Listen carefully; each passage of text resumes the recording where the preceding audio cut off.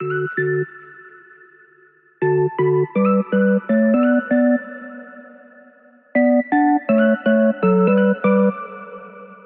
everyone, it's Amber from The Sensible Mama. I am filming from home today, obviously. We're actually heading out on vacation tomorrow, and this is my first real vacation in 2 years, and I'm super excited about it.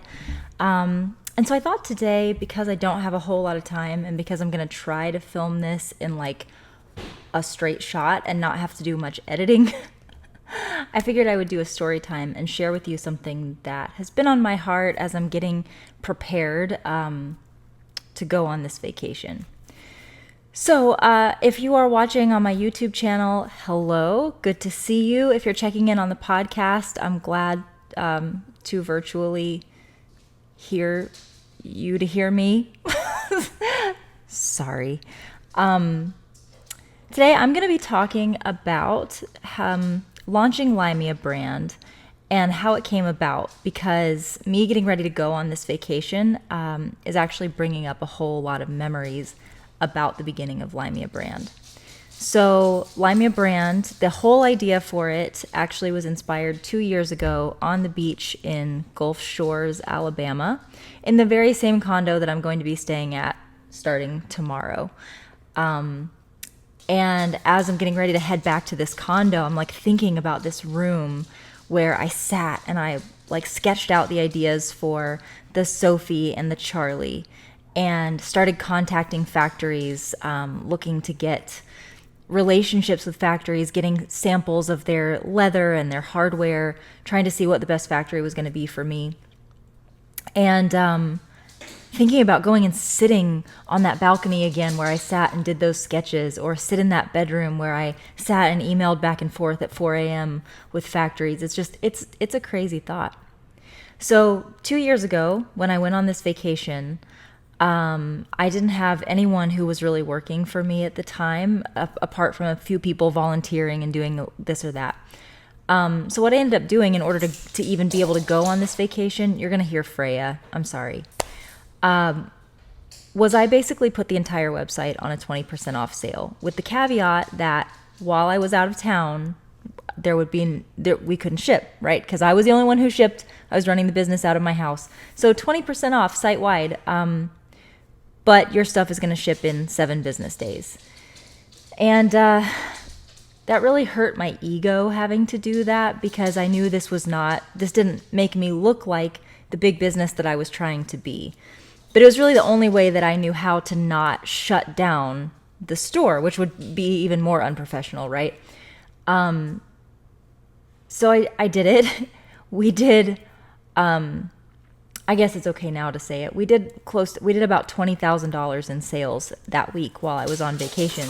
Now, mind you, this was before I had launched LYMIA brand, so I didn't have $400 diaper bags that people were buying. This was just, jujube, itsy ritzy, 12 little bumpkins, like those kind of things. We did a lot of sales. That week. And as I was sitting on the beach watching these sales come in, I wasn't really able to enjoy that vacation, because I was like, oh my God, when I get home, I have to ship all of this. And when I got home, it took me, I think a straight week of getting up at 4 a.m., shipping until my kids woke up, dealing with my kids all day, putting the kids to bed, and then staying up until 2 a.m., taking a 2-hour nap from shipping, and then getting up at 4 a.m. and starting over. And it took me a straight week to get everything shipped out. And I said, I don't ever want to be in this situation again.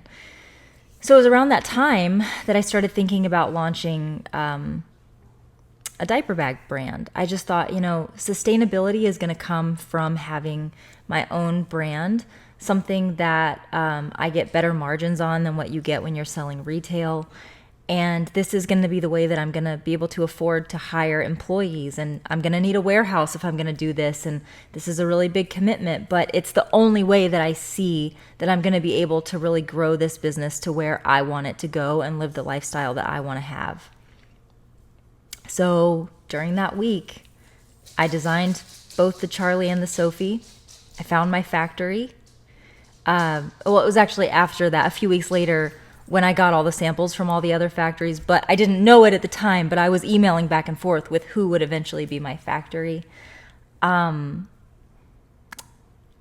when I got home, I did that full week of shipping out all of the orders from the sale, and I was exhausted, but so full of hope, knowing that this new thing, this new great thing was happening for me. And I was terrified.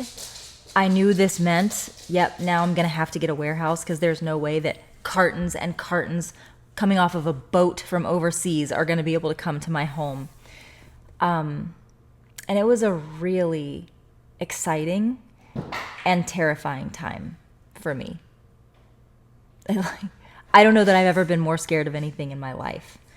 But I remember contacting Tabitha, who did work for me at the time. She was working just a couple hours a week, and letting her know what this plan was. And she was just instantly on board. So excited, helping me sort of look over the sketches that I was doing for the bag design. And she was there as I got all the iterative samples of what these bags were going to look like. We did go through a few different samples. And thinking back to just shortly after that vacation, it was just a few months later that I did the video revealing LYMIA brand. And I showed you guys these samples of bags that didn't even have a real logo on them yet. They just had like a stitched on piece of leather that had LYMIA like embossed into it with this really cheap looking gold foil that was just a placeholder. And so like everything was like, this is not the final logo. This is not the final liner. I just was so excited to reveal this brand that I couldn't even wait until I had the final thing for you to see. And it was such a scary time. I didn't trust myself on how to price these things. I didn't trust myself on whether people would actually even like them. I suffered from a lot of imposter syndrome. I wondered, like, do people only want these bags because they're a fan of me and, you know, they're blinded by that, and maybe the bags aren't actually good. People are just buying because they want something that I created. And it was just, it was a lot of fear and anxiety to overcome. A lot of stepping into, I use this phrase a lot, but like stepping into your greatness, of being like, I am going to tell myself that I have greatness. And I have to stop with the imposter syndrome. I have to stop telling myself that everything good that has happened to me has been because of luck or because of external circumstances. And there always are. There's privileges. There's just leg ups that I had that obviously all helped me. But that also a lot of what I've accomplished has been because I am good. I am gifted at things. Not everything, but I'm gifted at things. And stepping out and launching that brand and having it succeed was huge. Such an eye-opening, life-changing experience. So now here I am. I'm getting ready to go on vacation tomorrow, and I'm leaving with not a single anxiety. My warehouse is fully operational. I have it completely covered. I don't have to worry about whether things are going to ship out. I have customer service taken care of, my community manager in place, taking care of my community. And for the first time since I started The Sensible Mama in 2016, I get to go on a vacation and enjoy it. And if you're on the podcast, you're not going to be able to see, but I'm leaving knowing that we're launching the pre-order of the Amari, which is the MIDI version of our Charlie. Isn't this? I'm so sorry to the podcast folks. If you're on the podcast, go over to my YouTube channel, youtube.com/thesensiblemama.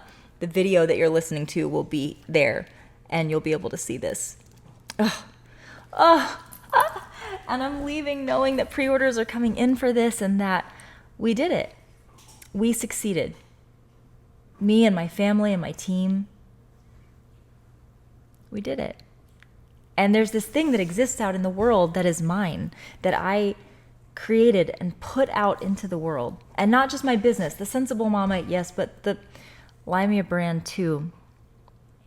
It fills me with so much gratitude towards my amazing customers who have supported us through all of it, to my employees who are making it possible for me to do all of these things. There's absolutely no way that my business would be where it is today if it weren't for these amazing employees that I have who are sincerely interested in me getting to go on a vacation and actually enjoy it, who are going to take over everything while I'm gone so that I can do that.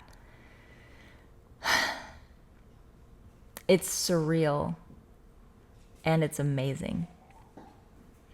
And in case you're wondering why I'm sitting here like boasting about all this, that's actually not my point. My point is, if there's something that you're thinking about doing, please go do it. Please go believe in yourself enough to try.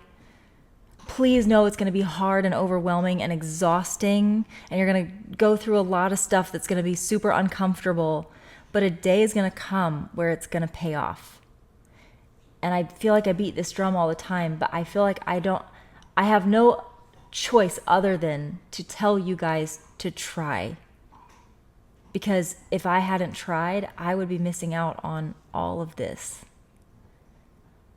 So I feel like the best pay it forward that I can do, if there's something that I can do to make a difference, it's telling other moms, other women like me, to give it a try. We need more female CEOs. We need more female business owners, women of color. We need you, man. We need to get representation of us running these businesses, changing work culture, making work culture more inclusive for moms. And that's what we're doing at The Sensible Mama, and you guys can do it too. I'm all over the place. I'm emotional. Just know that thing that that you want to do, you've been thinking about doing, you've been putting it off. Please go do it. Believe in yourself enough to do it. Love ya. Mean it. Always. Mwah. And I'll see ya in a week.